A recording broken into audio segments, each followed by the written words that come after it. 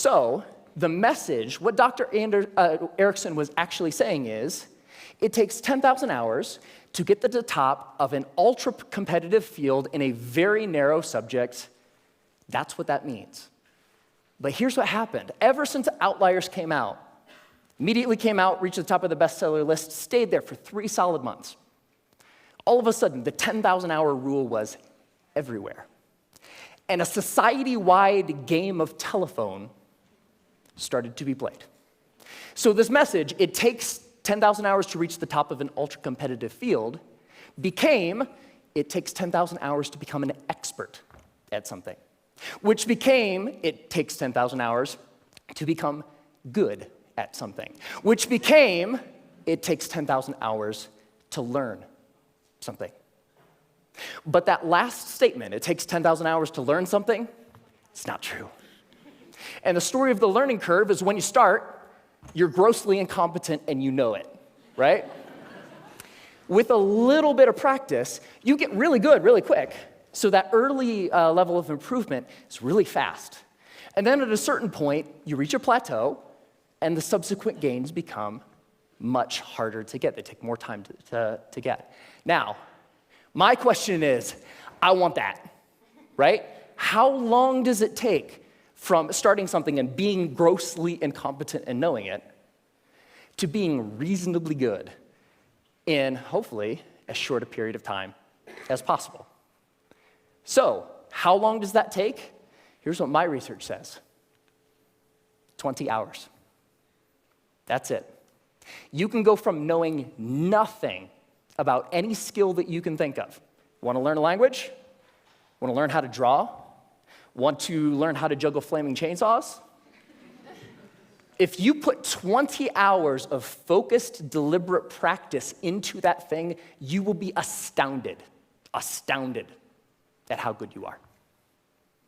20 hours is doable. That's about 45 minutes a day for about a month, even skipping a couple days here and there. 20 hours isn't that hard to accumulate. Now, there's a method to doing this, because it's not like you can just start fiddling around for about 20 hours and expect these massive improvements. There's a way to practice intelligently. There's a way to practice efficiently that will make sure that you invest those 20 hours in the most effective way that you possibly can.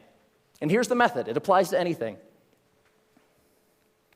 The first is to deconstruct the skill. Decide exactly what you want to be able to do when you're done, and then look into the skill and break it down into smaller and smaller pieces.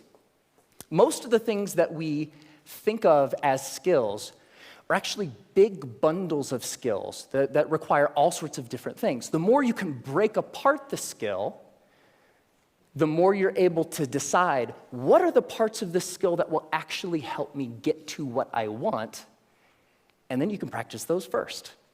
And if you practice the most important things first, you'll be able to improve your performance in the least amount of time possible.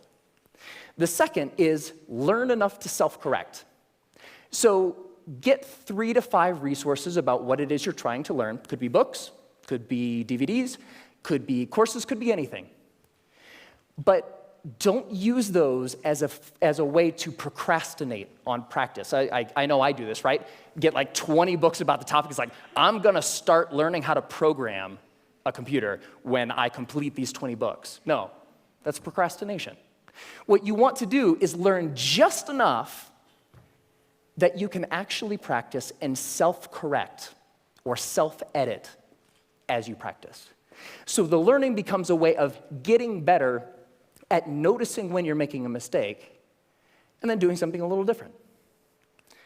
The third is to remove barriers to practice.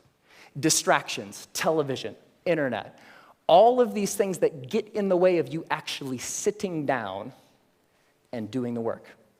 And the more you're able to use just a little bit of willpower to remove the distractions that are keeping you from practicing, the more likely you are to actually sit down and practice, right?